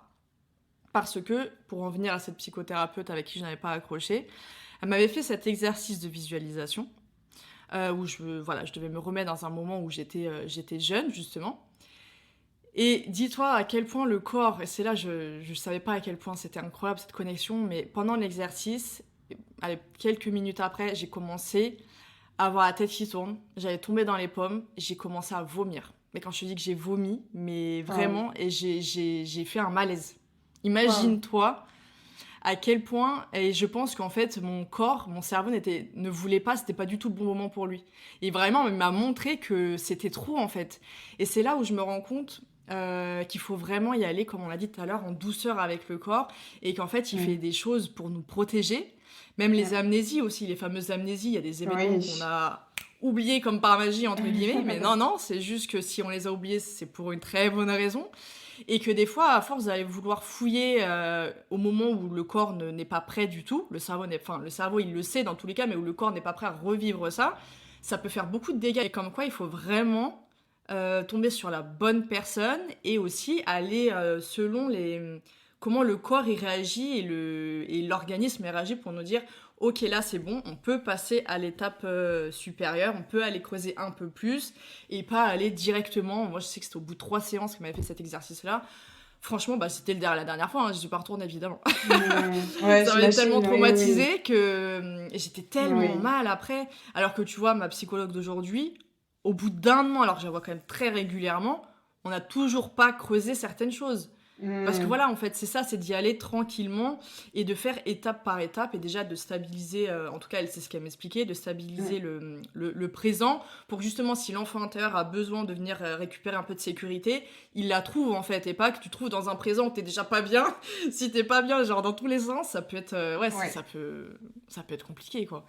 Donc ouais, Oui, bah totalement. Après, j'entends que tes réactions physiques, elles ont été quand même intenses. C'est assez impressionnant le fait de vomir après un exercice de l'enfant intérieur. Après, ce qu'on attend, c'est vrai que c'est commun qu'il y ait une petite résistance parce que s'il n'y a pas de résistance, ce serait pas logique puisque en général, si on va à l'encontre de ce que l'enfant intérieur croit profondément, par exemple, si je dis non, on va me détester, je vais perdre tous mes amis et je vais recommencer à zéro. C'est normal que si on va un peu s'exposer, on va essayer de mettre à jour le fait qu'aujourd'hui on peut le dire, c'est normal qu'il y ait une petite peur, qu'il y ait quand oui, même bien une sûr, petite réaction. Mais au point de oui. vomir, effectivement, c'est quand même très... Non, non. Waouh, Ouais, non, j'avais alors jamais entendu ça. Ouais, je suis surprise. après, moi, j'ai un degré de somatisation qui est extrême. Ça, je l'ai su justement avec ma première, je lui dis ma première parce que c'est celle qui m'a le plus aidé après mon burn-out. Pour moi, j'ai eu une psychothérapeute parce qu'elle n'était pas psychologue, mais enfin, du coup, elle était thérapeute et ensuite j'ai vu une psychologue. Et les deux, elles ont été vraiment hyper, justement, allées dans le sens de comment je réagissais. En fait, les deux ont très vite remarqué à quel point je somatisais extrêmement vite. Mon corps, il réagit très très Mm. vite. Et des fois, ça me brûlait les yeux au point de je pouvais plus ouvrir les yeux, alors que j'étais juste en train de visualiser un événement. Tu Wow, vois, ça te veut ok, dire, tu ouais, vois. ouais. Mais voilà, donc il y a des degrés. Après, moi, je suis quelqu'un d'hypersensible, hyper empathique et tout. Donc moi, c'est hyper plus un peu tout. Donc oui, comme tu l'as dit, il faut pas non plus s'inquiéter si, voilà, moi j'ai refait quelques exercices après de visualisation qui étaient bien adaptés. C'était pas des gros trucs et où là, effectivement, tu sentais les larmes, tu avais besoin de pleurer, c'était justement normal. Là, effectivement, le cas que je t'ai raconté, c'était vraiment extrême. En fait, c'est là où ça m'a montré que c'était trop violent pour le corps. Tu vois, Ouais. c'est pour ça. Moi, je sais qu'il Mm. y a des événements encore aujourd'hui où ma psychologue elle m'a dit non, on n'y va pas encore. Là, je veux pas qu'on y aille maintenant, on ira plus tard. Parce que justement, il y a ce côté, je pense aussi, il faut quand même y aller en douceur et ne pas être trop. Il y a des choses, le corps, il est peut-être pas encore aujourd'hui apte à y faire face, et donc d'y aller progressivement, et pas de vouloir tout faire trop vite. Donc oui, mais après, c'est tout à fait normal et c'est ce qu'on cherche aussi, que le corps se libère, donc d'y aller petit à petit. Mais après, ça, je pense, c'est le travail Mm. de la psy Ouais, qui va savoir où est-ce qu'elle peut aller et où est-ce qu'il faut attendre. exactement. C'est ça. C'est ça, c'est toute une subtilité, c'est arriver à trouver le rythme du patient parce que des fois le psy a un certain rythme, a une certaine structure. Voilà, on m'a appris qu'il fallait faire ça à la première séance, ça à la deuxième, ça à la troisième, alors que le patient ne suit pas du tout. Donc tout est là, c'est un peu un art, la psychothérapie. C'est Mm. vraiment, voilà, c'est pas du cahier, c'est pas voilà, du livre et de la théorie, c'est pas que de la pratique, c'est vraiment un aller-retour entre, voilà, c'est une relation dynamique, patient, cours, théorie, thérapie, pratique, c'est vraiment voilà, c'est multidimensionnel. Mm. Et d'où l'importance de se faire accompagner en fait, parce que ça, même si on va lire tous les livres de développement personnel, de trucs de libération, de je ne sais quoi, oui, ça peut faire des déclics. Moi, c'est comme ça que j'ai eu mon déclic pour enclencher un processus, un accompagnement après mon burn-out. Donc ça m'a fait ce déclic-là. C'est important d'avoir ce genre de lecture. Mais ça va pas résoudre Oui, les problèmes. En fait, c'est ça, et c'est ça quand je veux dire de pas se dire s'auto-diagnostiquer, s'auto-dire oui, alors moi il faut que je fasse un travail sur moi, mais derrière en fait on est tout seul, on peut pas être objectif, il y a des choses on n'a pas à les on peut pas aller chercher tout seul en fait, et donc on a besoin d'être accompagné. Donc et de toute façon, c'est ça, c'est un métier, hein, c'est ça s'apprend. totalement. On n'est pas psychologue comme ça du jour au lendemain, ça s'apprend, c'est pas pour rien, et c'est qu'il y a des processus, des étapes à respecter, des choses à respecter, et voilà, c'est donc vraiment, c'est super important justement d'avoir cette aide extérieure et de ne pas en avoir honte. Bien au contraire, c'est une... Mais je sais pas si c'est toi d'ailleurs, je crois que j'ai vu passer ça il y a pas longtemps sur Instagram, mais en gros, c'est un... Il faut du courage pour demander de l'aide, justement. On a tendance à dire qu'on est... Ah non, On c'est a pas moi, mais le, ouais, c'est très bien dit. non, mais je crois que c'est sur Instagram, c'était une belle. Je crois que c'était un compte santé mentale, je sais plus, c'était pas sur Instagram, ça devait être sur TikTok. Mais j'ai bien aimé la citation et c'est vraiment ça, c'est de. On a tendance à dire oui, on est faible si on demande de l'aide, c'est-à-dire qu'on a été faible, mais en fait pas du tout, parce que.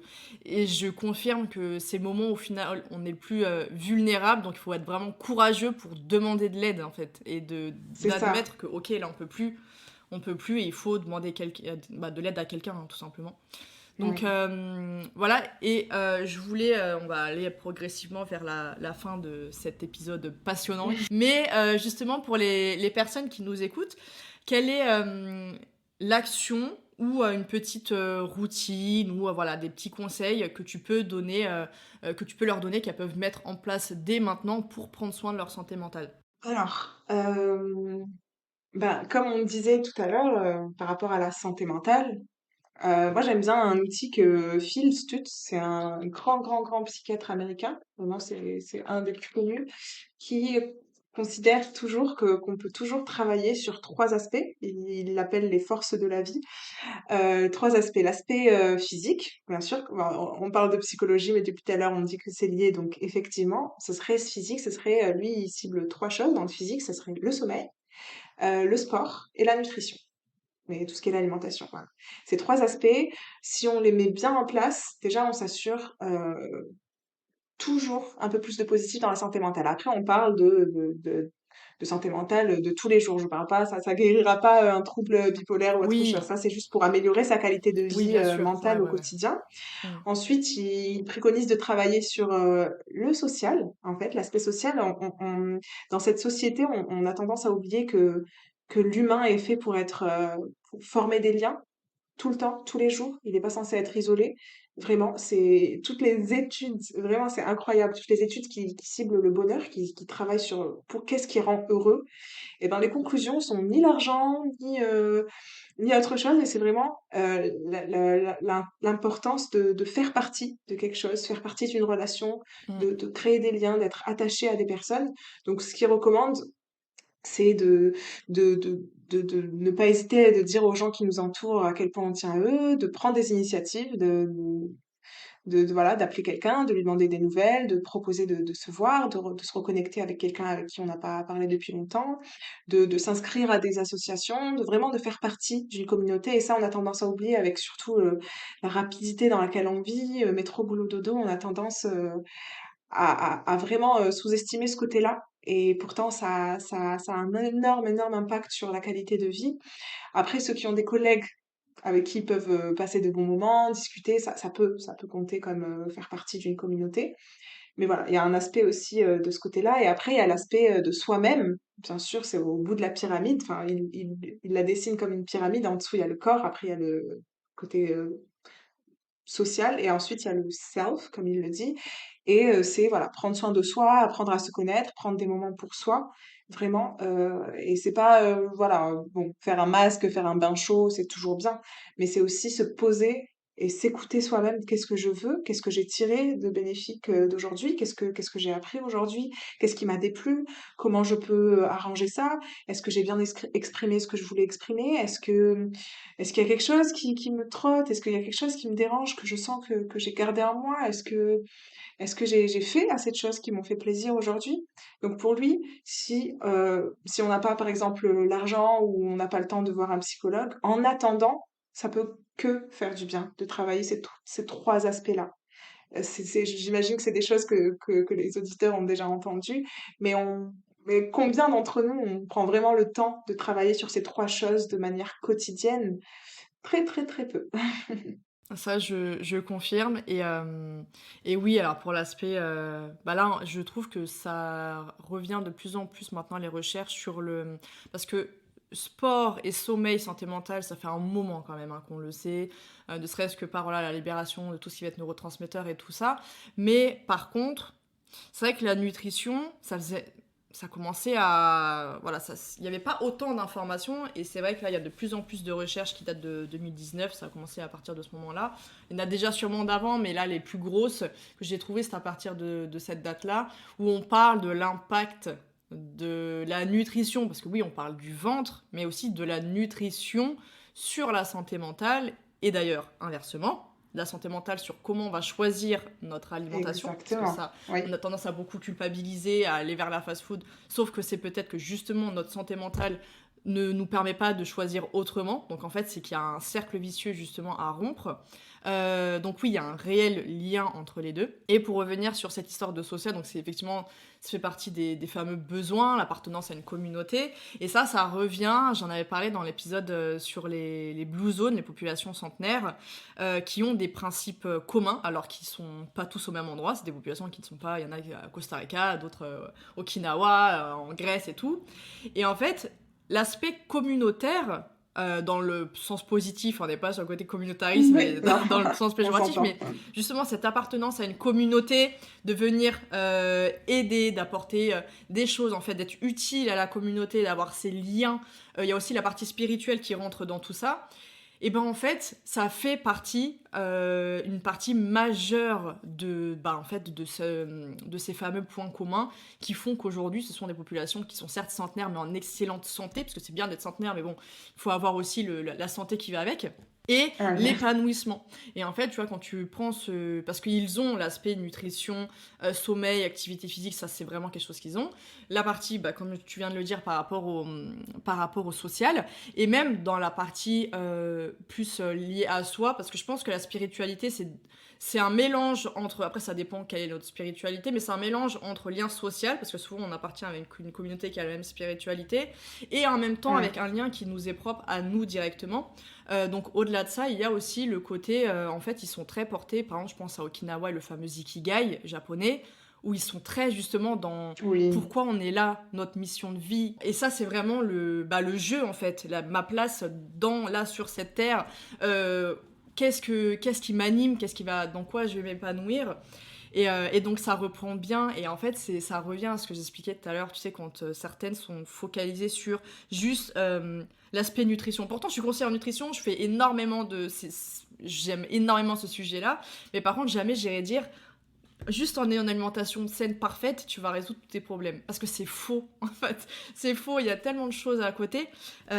Et donc, ces populations-là, j'aime beaucoup les prendre en exemple parce qu'elles sont l'exemple parfait, justement, qu'on est un tout, premièrement, et qu'en fait, c'est en agissant sur tous ces aspects-là qu'elles en sont, où est-ce qu'elles en sont aujourd'hui, sur le plan de l'épanouissement, sur le plan de la longévité, de la santé et tout ça. Oui, Donc ça c'est rejoint totalement vraiment cette ça. fameuse Ouais. pyramide dont tu viens de nous parler. Et, Oui. c'est super intéressant. Donc voilà, vous savez quoi faire maintenant, vous qui nous écoutez. N'hésitez pas à reprendre l'épisode sur les Blue Zones, ça va vous donner des petites pistes avec les petites siestes, de faire ci, de faire ça. Et maintenant qu'on arrive à la fin, quel est le conseil le plus important ou le petit mot le plus important que tu aimerais partager avec nous? Un petit mot. Bah, ce serait de prendre soin de soi, déjà. Bah, je pense qu'on l'a un peu dit un peu partout, de s'écouter, de ne pas se laisser voilà, inonder, se laisser noyer par tout ce qu'on entend à droite à gauche, de s'écouter. On est né avec cette faculté à s'écouter, à exprimer ce qu'on voulait exprimer. L'enfant ne pose pas la question avant de crier, de pleurer. Il a besoin de quelque chose, il le fait, il le demande. Donc vraiment, j'encourage tout le monde, tous les auditeurs, à vraiment ne plus trop douter de soi-même, ne plus trop être exigeant avec soi-même et vraiment se connecter à ce qu'on veut, ce qu'on cherche, le demander, que ce soit sous forme d'aide, un psy ou une amie qu'on a envie de voir, mais vraiment arrêter de douter de ce qu'on veut, voilà, on a tous cette boussole intérieure et parfois elle est très poussiéreuse, parfois on ne sait même pas qu'on l'a et on en a tous une et le but ce serait vraiment de se connecter au plus profondément possible avec cette boussole et l'écouter et la suivre. Parce qu'on a tous une destination qui n'est pas la même que tout le monde. J'aime bien donner la métaphore de la forêt. En fait, on a tous le trésor, un trésor caché, et on a tous la boussole qui nous y emmène. Et malheureusement, dans la forêt, on voit les gens courir de partout et on doute. On se dit, mais peut-être qu'il faudrait que je suive cette personne ou que je suive l'autre. Alors que, en fait, on a notre propre chemin. On peut accompagner certains dans leur chemin. On peut se faire accompagner, on peut demander de l'aide, mais à la fin, on a son chemin et c'est important de se concentrer sur ça et de s'écouter. Ouais. Merci beaucoup et c'est une très très belle note de fin. Pour moi, j'appellerais ça même l'instinct. Oui. Et c'est vrai que c'est quelque chose qui s'apprend parce que, et je confirme, moi je faisais partie de ces fameuses personnes qui ne s'écoutaient pas, qui voyaient pas les signaux malgré un fort degré de somatisation. Enfin, le degré de somatisation est apparu bien après. Mais petit à petit, en fait, on réapprend à être à l'écoute et aujourd'hui, des choses que j'aurais pas du tout fait attention auparavant, là aujourd'hui, je sais ce que ça veut dire. Je sais que, ah non, cette proposition ne me convient pas, je ne veux pas. Cette question, non, ça me met mal à l'aise, je n'ai pas envie. Il y a si, et maintenant je le sais et je le sens.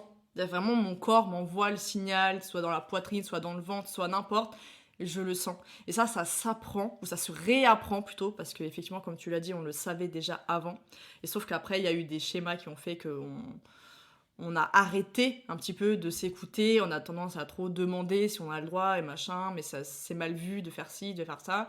Mais en fait, ça se réapprend et c'est pour ça vraiment effectivement de prendre soin de vous et de réapprendre à vous écouter, à écouter votre corps et à écouter votre instinct. Voilà. Donc merci. T'as très bien résumé. Super, franchement. Merci à toi, Selma, pour ce super échange. Il était temps vraiment que j'ai enfin une psychologue sur le podcast. Je pense que, après, ça arrive au très bon moment. Mais ça aurait dû faire un bon bout de temps déjà que j'aurais dû faire une interview comme ça. Mais je suis vraiment ravie parce qu'on a parlé de beaucoup de choses et tu nous as tout très bien expliqué, tu nous as donné de super conseils. Donc franchement, merci à toi pour avoir accepté, pour nous avoir partagé tout ça. Merci à toi et merci à tous ceux qui nous ont écoutés. Ça a été un grand plaisir. Je parle de psycho quand vous voulez et où vous voulez. Avec grand plaisir.